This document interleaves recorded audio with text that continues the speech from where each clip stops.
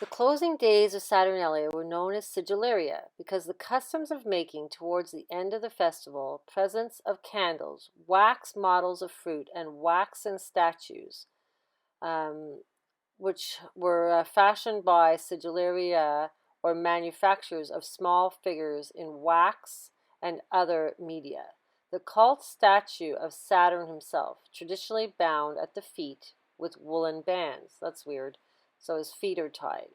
Was untied, presumably to come and join the fun. So Saturn gets released. Now you got to remember Odin hangs from the tree by his feet as well. Sigillaria, where pottery or wax figurines given as traditional gifts during the Saturnalia. Sigillaria, as a proper noun, was also the name of the last days of Saturnalia, December 23rd, and for a place where sigillaria were sold. Sigillaria was a person who made and sold sigillaria, perhaps as an offshoot of a pottery manufacturer. Via Sigillaria in Rome was a street dedicated in manufacturing and selling these kind of, I can't pronounce that, like they're like trinkets, basically. For the 4-day fair, vendors and the figurines and other gifts set up temporary stalls in Campus Martinus, and later in the portico of the Bath of Trajan. Juvenal says the vendors' stalls block the paintings of Jason and the Argonauts. So I'm back to Jason and Argonauts again. I've never done the video on that. It's all to do with the Golden Fleece, right? And Hercules involved in that whole search for the Golden Fleece. He's the hero. Sigillaria, a genus of a lycopod, had pine needles and leaves on both branches. It's kind of like they just had a few pine needles hanging and a couple of pine cones. Although Sigillaria and other lycopods resemble trees, they are their own group. They are actually very different from the true tree. Okay, so which they didn't, some of them didn't have forked tops. Instead, it only had one club of leaves. So yeah, so some it's just like a spike and the other ones are like double. Okay, so these are the moss trees, and you see there's one that looks exactly like an obelisk, and the other one looks like a Christmas tree. And because they propagate by spores, they're similar to fungi with the Amanita muscaria mushroom symbolism for Christmas, you know, the red cap with the white dots, in Scandinavian culture, like around Odin's culture. So this is all tying into the original tree of life, which is a 300 million-year-old tree, moss tree. Okay, so that propagates by spores. It's the tree of life. And I just find it funny, you know, it's Sigillaria tree. But when they talk about Saturn Sigillaria Day, they don't ever mention anything about a tree, but they mention wax candles that are tapered. So this is the whole symbolism of candles on the tree for Christmas is representing the Sigillaria tree. It's always going back to the tree and the light of man. So Hercules is tied to this day. So the influence of Saturnalia upon the celebration of Christmas and New Year's has been direct. The fact that Christmas was celebrated on the birthday of the unconquered sun, the real sun in the sky, gave the season a solar background, connected with the calendars of January 1st, the Roman New Year, when houses were decorated with greenery and lights and presents were given to children and the poor. Concerning the gift candles, here we go. The Romans had a story that an old prophecy bade the earliest inhabitants of Latium sent heads to Hades and phota to Saturn.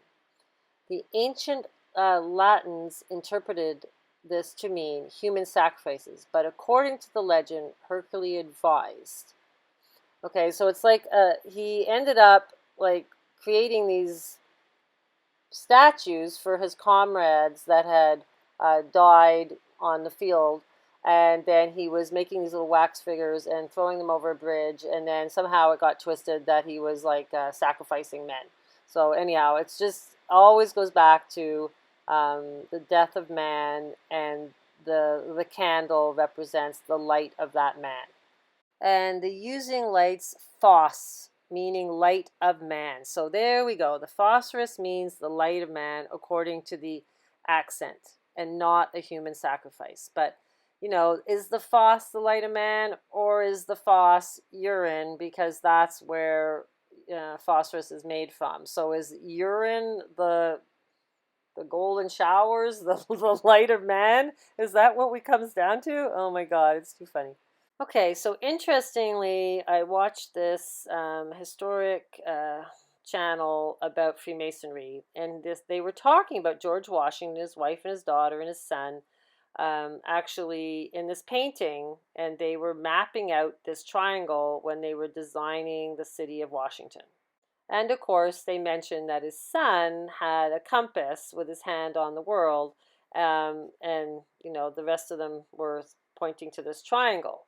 And so they just said that this triangle was what the White House, the Washington Monument, and the Capitol building was designated to being around, I think, August 13th. So this is a celebration in paganism. Anyhow, this is when this aligns over Washington. And the three stars that are aligning is Arcturus, which is in Boots, and then Spica, which is in Virgo on her left hand, where she's holding myrrh. It's the harvest star. And then the other star is Regulus, and this is known as the summer triangle. Oh, sorry, spring triangle in the sky.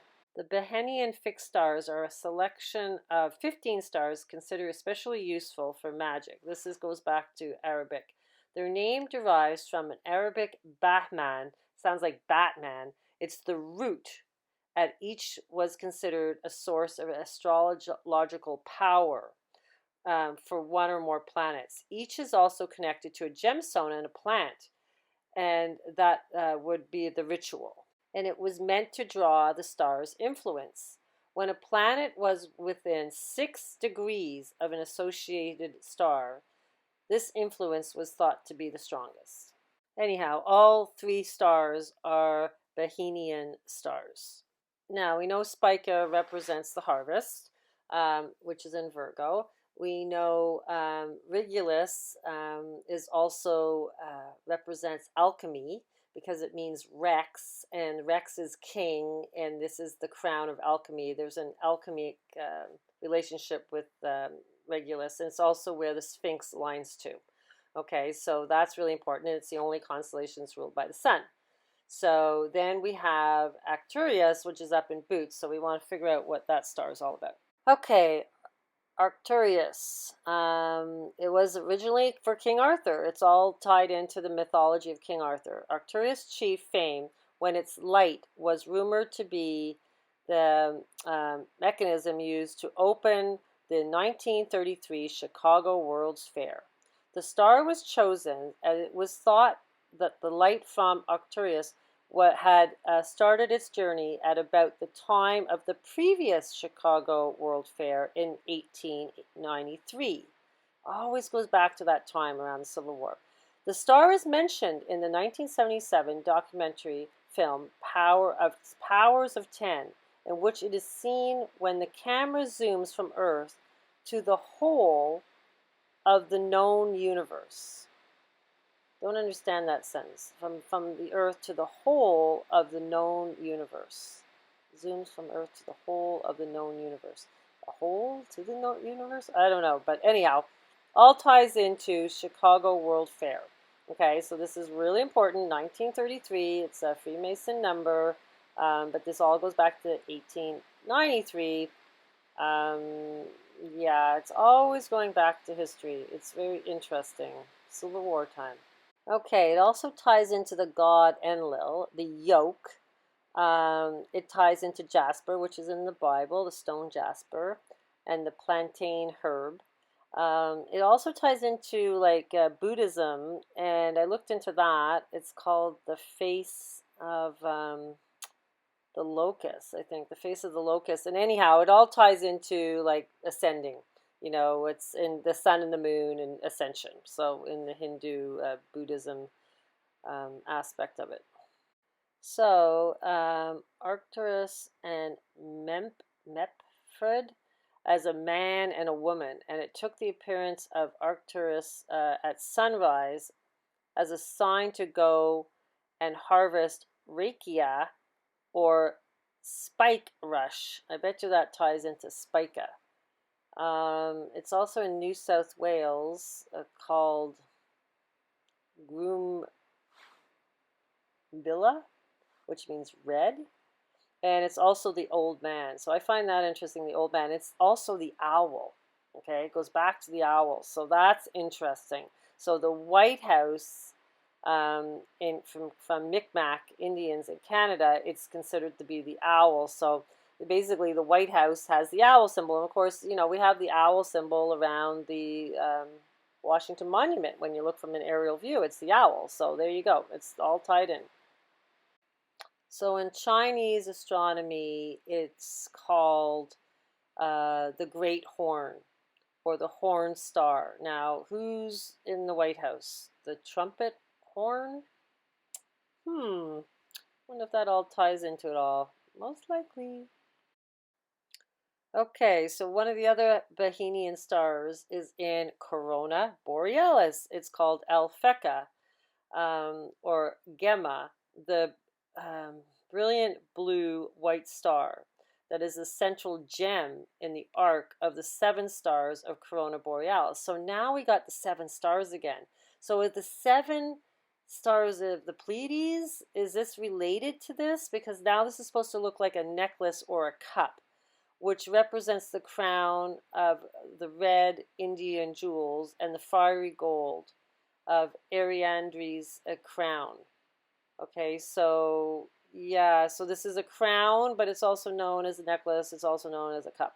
Okay, so behind the constellation of Corona Borealis, which is usually translated as the northern crown, but really means the crown of the north wind, is which the fortunate were thought to go after death, lie 400 galaxies invisible to the naked eye, 1,000 million light years distance. So anyhow, the whole thing is it's tied into after death, and it's your crown.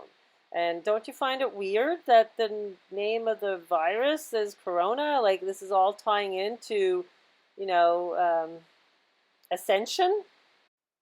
So, other names of the Alpha Corona Borealis, including Gemma, Nausea, and Aseroth. Alphleca is Arabic for the bright star of the broken ring of stars.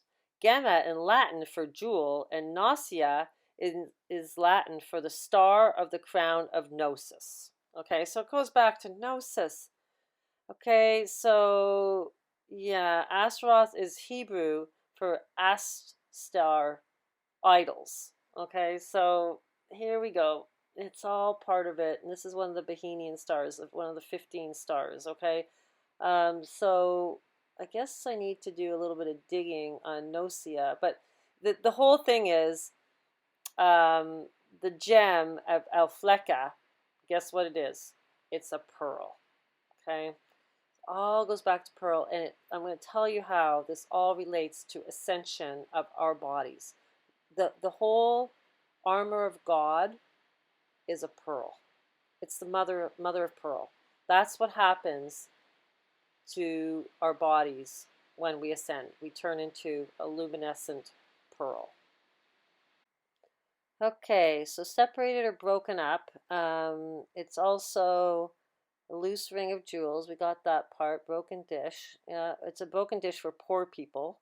Corona Borealis representing the Council of Stars, with its chief was Polaris, which is the North Star, right? The constellation also symbolized the smoke hole over a fireplace, which conveyed their message to the gods. These are the Native Indians, American Indians, actually. And so the Shawnee people saw the star as heavenly sisters who descended from the sky every night to dance on the earth. And then I think Alphleca signifies this young girl, and you know the gods came and took her, and I don't know. It's like this whole story about God stealing this human, and then she ends up giving birth in some of the Native American cultures. But yeah, it's the Heavenly Sisters again. So I think the Pleiades hopped over to the crown, the Corona crown. Corona the crown, luxurious ring, which twinkles with varying luminosity. For the circle is dominated by the single star Alphleca, which was a passing splendor, sparkles in the mid forehead, enhances with a blazing flame the bright lights of the constellation. They shine as in the memory of the deserted Ariadne. Okay, she's the queen, a Celtic queen. Okay, so this was in the 1st century, this was written. And so this pearl goes into the middle of your forehead. It's your third eye. This is the third eye. It's the gem. It's the pearl. It's the moon. It's part of the moon. The pearl is the moon. So this is about Corona Borealis again. According to Ptolemy, it is like Venus and Mercury. Those are our two for alchemy. It is said to give artistic ability, love of flowers, lassitude, and disillusionment, but to bring its natives to a position of command. By the Kabbalists, it was associated with the Hebrew letter Daleth, and the 4th tarot trump, the Emperor. Okay, so now it's the Emperor. Okay, it's this is interesting. It's which is kind of like the King of the North. It's maybe his crown, right? If Macherton settings, the constellation presages prosperity for pleasure that may even bring about disease, dishonor, and imprisonment. Oh my God. Do you see what I'm saying? I know I can't read well, but guess what? I figured this out. This Corona crown is your third eye, or it's disease and imprisonment. What a coincidence. Then it gets even better because there's the Hercules and a Corona Borealis giant void. In fact, it covers the region from Boots, which is where Arcturus is, to as far as the zodiac constellation Gemini. Our twins are 11. Another name, the Great GRB Wall. It's called the Wall, the Great Wall. Another coincidence? Now, it's also called the End of Greatness. The largest known structure in the universe at the time was this huge LQG. But in November 2013, astronomers discovered Hercules Corona Borealis Great Wall, an even bigger structure, twice as large as the former.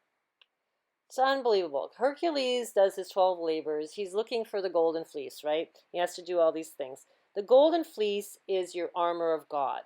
But what it's represented by the lamb and the golden fleece, that the birds can't peck at you because they get stuck in your wool. But it also represents your armor. It's a shell. Hence Cancer, ruled by the moon. It's a shell. It's like a shell crab. Okay, so this is your shell. You need to have your armor on. Tegman star at the back of Cancer. It's the it's the butthole of Cancer, but it's also known as the shield, the shell.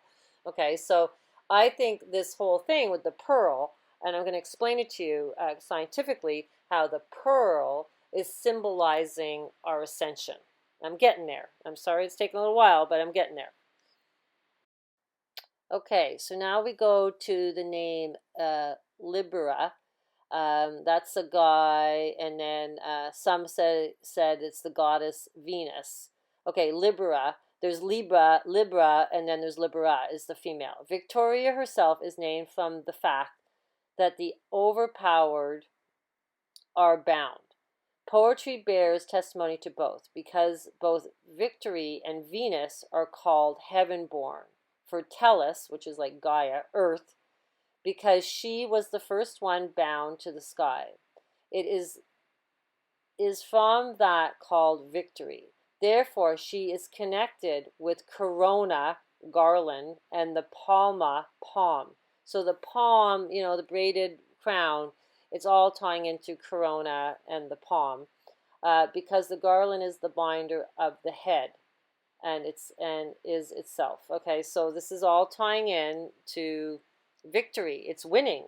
Winning is the corona crown, but it also can be disease.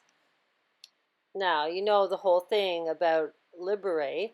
Libere is liberty. Okay, so the Statue of Liberty, the crown she has on her head, is the corona borealis. Oh my God, it's crazy, but that's what it all comes down to. Okay, so there's also a corona borealis, like a real corona borealis. You can see it's this red one, and it's kind of more like a burst. So yeah, it's really, really, really represents the North Pole and the Axis Mundi, the heaven. That's what it represents. Also disease. Oh, and of course, there has to be a painting tied into all this that all relates to the Civil War. Yeah, so there's this Aurora Borealis painting, because supposedly when the Civil War was happening, the Southern Army saw, the Confederates saw Aurora Borealis, and they thought it was a sign from God. And of course, this artist, Frederick Edward Church, created a painting. He created many paintings. Later, they sold for a lot of money after he died, but these paintings represent a lot to do with a lot of events. So, during the night after the battle, at Fredericksburg, an aurora was seen from the battlefield. The Confederate Army took this as a sign from God. The painting Aurora Borealis by Frederick Edward Church is widely interpreted to represent the conflict of the American Civil War. Yep, and the British source says auroras were a rare occurrence before the 18th century. It quotes Haley as saying that before the aurora of 1776, not much, not such a, didn't happen very often, like for 80 years. So the reference to the Civil War is what I'm always, because Get Off My Neck is referencing to the Civil War and also shooting Lincoln. And also Julius Caesar, right? Sic Semper Tyrannis. If you watch some of my old videos, you can see there's a connection always going back to the Civil War, but there's also a connection that goes back to the pearl, okay? And I'll explain more about how the pearl all connects to this too. Okay, so there was a book written about Kepler, of course. Kepler, the famous astrologer, seems to have been something of a homeopathics, for he had recommended sulfur to cure infectious diseases brought on by the sulfurous vapors of Aurora Borealis. So there's something in the Aurora Borealis that helps with disease.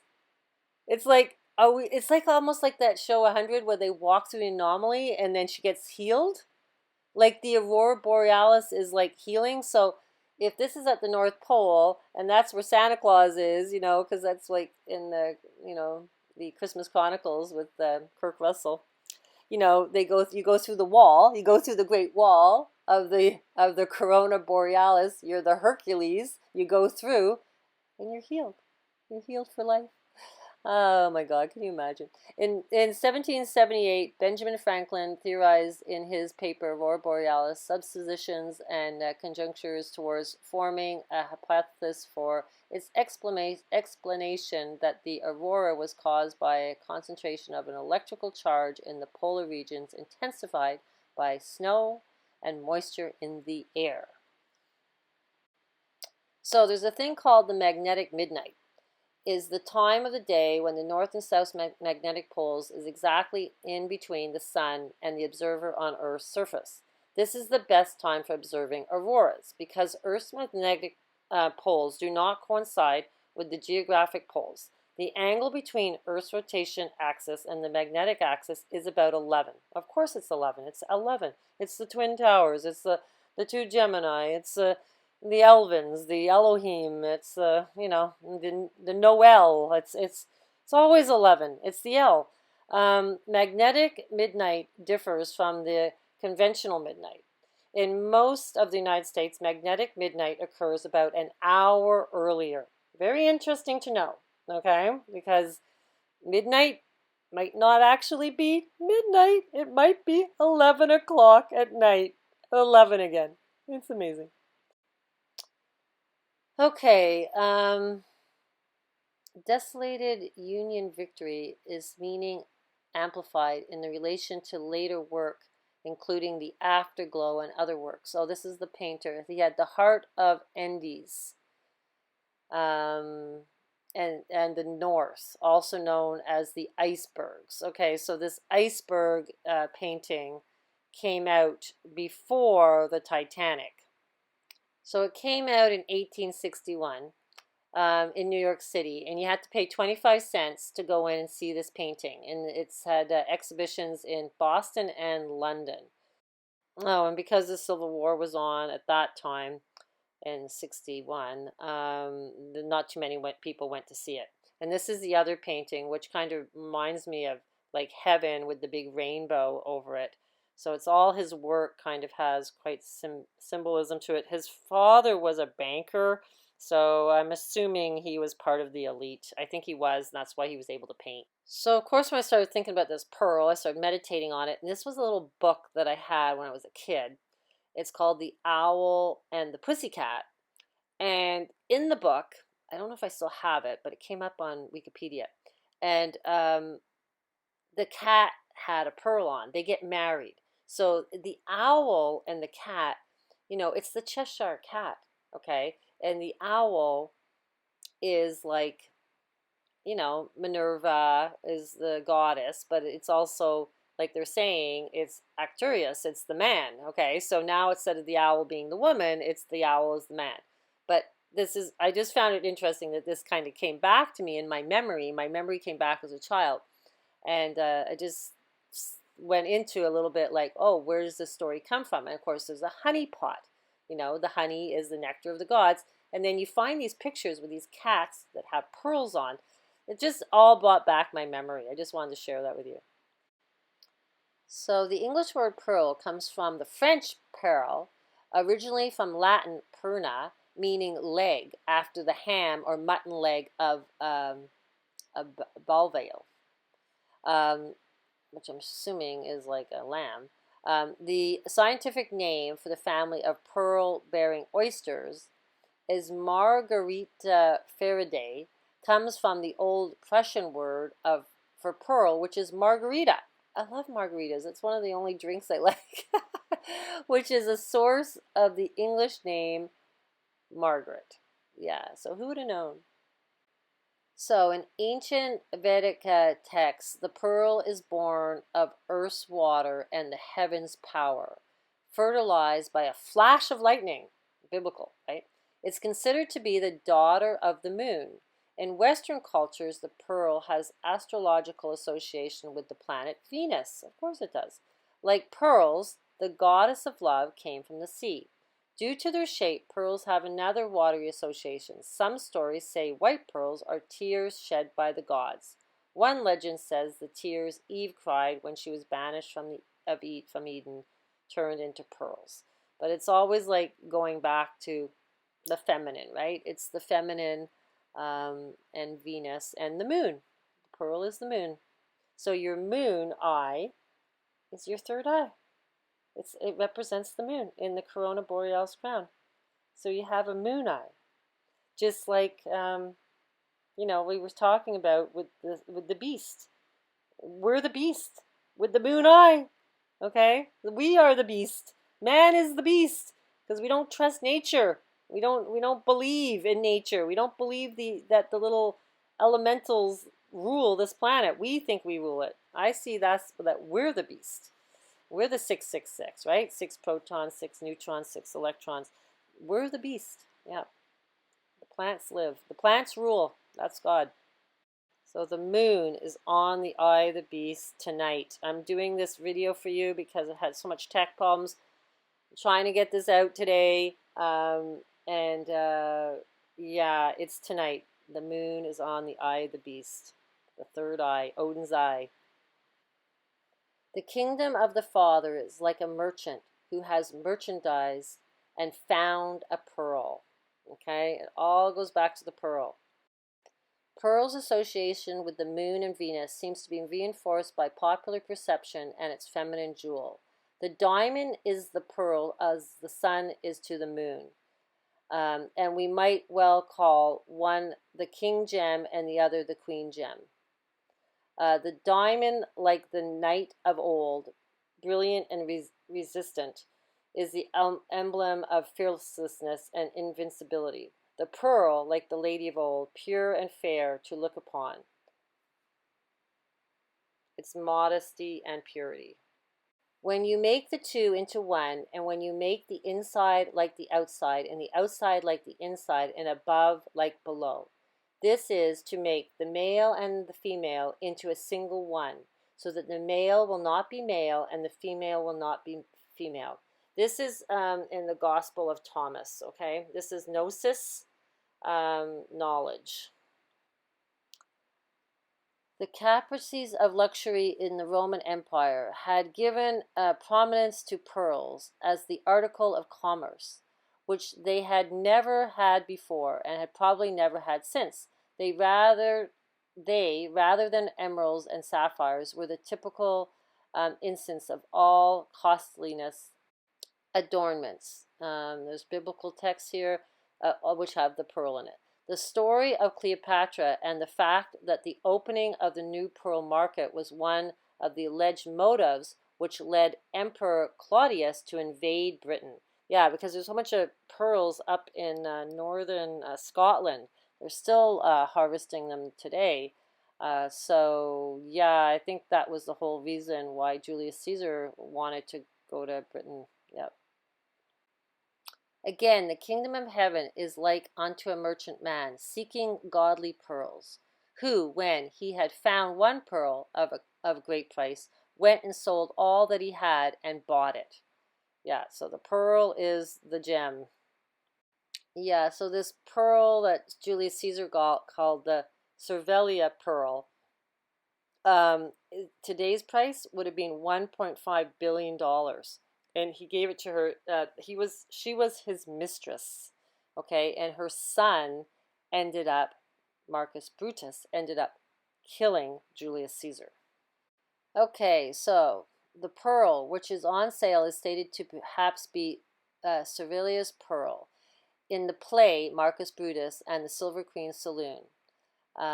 Brutus becomes enraged at Caesar and his mother due to her accepting the pearl. So he didn't like, I guess, Caesar. So in the novel The Ides of March, the pearl is given to Servilia in gratitude because Caesar suspects that Brutus is his natural son. Here the pearl is described as rose in color. So sometimes it's described as black, sometimes it's rose. In his foreword to the book, Wilder also made sure to note the event of Caesar giving Servilia the extravagant pearl is indeed historical. Okay, so it's a big deal that this happened. Okay, the pearl to make her boast publicly that he had seduced her. So she was his mistress. Okay, his wife got upset too. There's all these different mythos about this. Okay, it's not always one story. There's lots of them, but it's to do with the gem. Okay, what the gem is, and it's to do with El Fleca. It's this star that's in Corona Borealis. That's what we're living. We're living the reloop of Julius Caesar. That's what we're living. Okay, so mother of pearl. It's a shiny, iridescent nacre inside a nautilus shell. Now, the Nautilus was in the 20,000 Leagues Under the Sea. And who was the captain? The captain was Nemo. Okay, so it goes back to Nemesis. And I was going to do a video on that, and it goes all into the mountain on the island as well. So there's lots of references in these ancient stories, these Walt Disney stories or novels, these that Walt Disney decided to do into movies. They all symbolize esoteric knowledge. So now I see the word bivalves. It's part of the shell. Yeah, so the whole lamb leg of the mutton is it's referring to the shell again, back to the corona borealis. Yeah, okay, cool. Okay, nacre formation is not fully understood. Individual aragonite bricks are believed to quickly grow to the full height of the nacreous layer and expand until they get butt adjacent bricks. This procedure, this produces the hexagonal close packing characteristics of nacre, well-defined arrangements of proteins. So this is what I wanted to get to.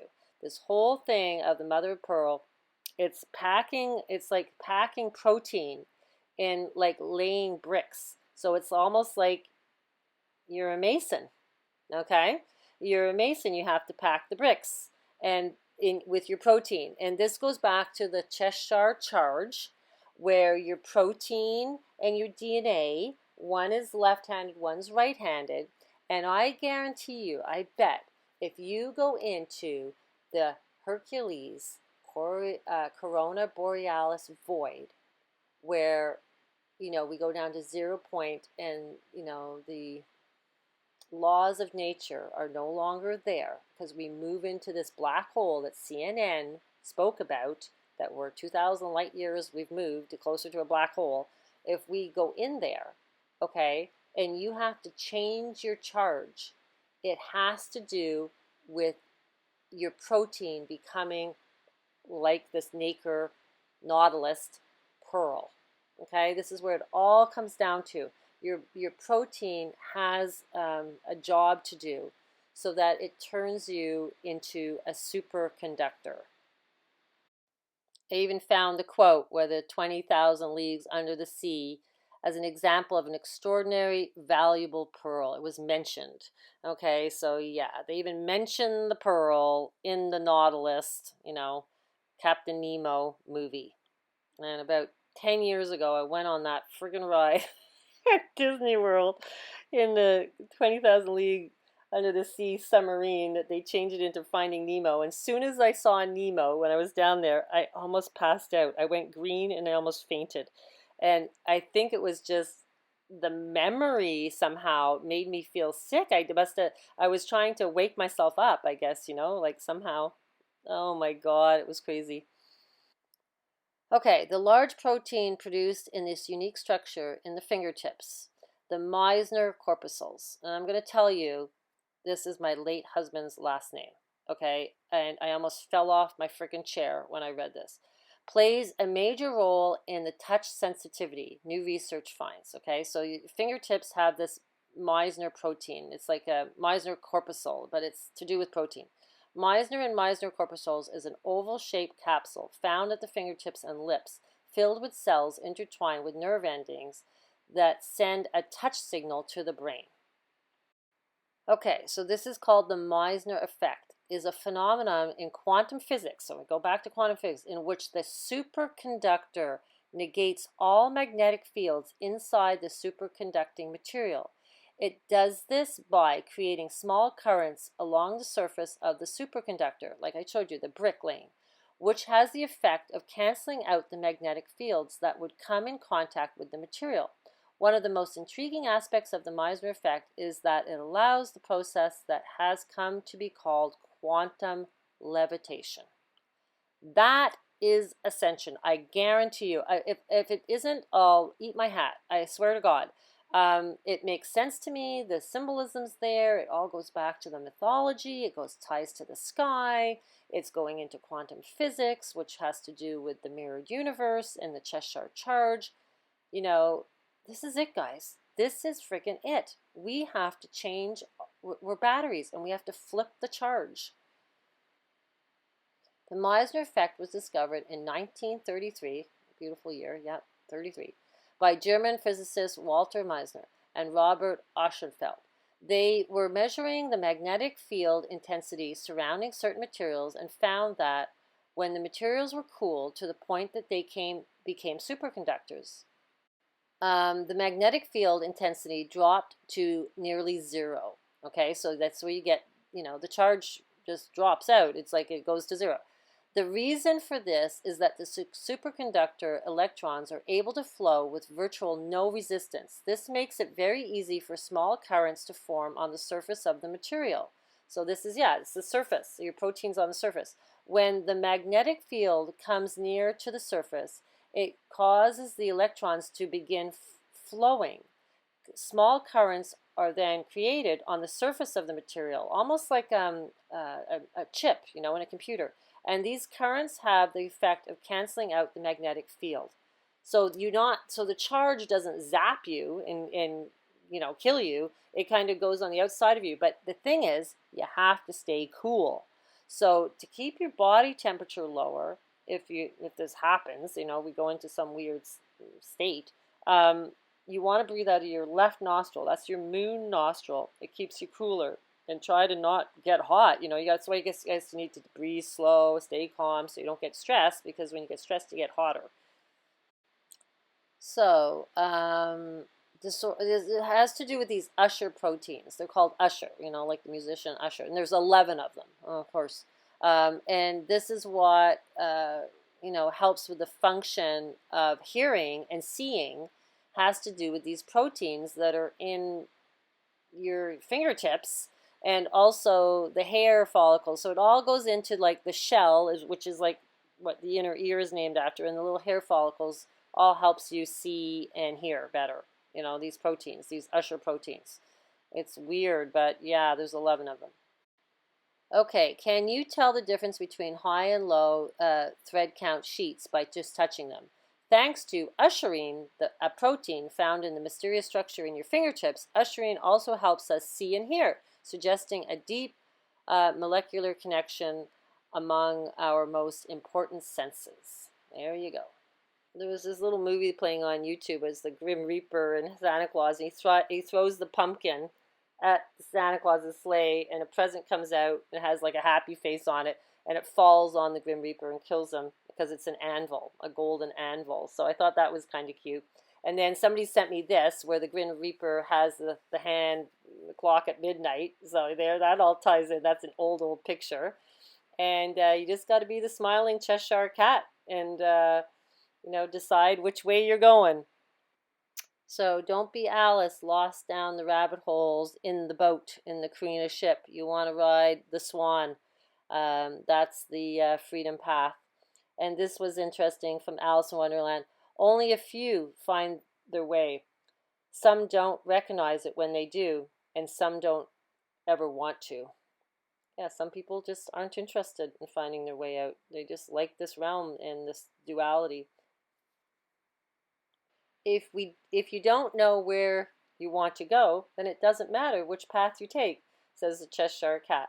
Right? You got to know where you want to go. It's all in your imagination, and you have to believe. Okay? This is all what this is all about. And I think, if we go into some weird void, and it's really your imagination is what's going to put you where you need to be. Okay? So it's really important that you stay positive and you meditate on, maybe thinking about all this esoteric knowledge. Maybe we create it to happen. I don't know. It's the 24th. Early hours, and trying to get this out for you guys.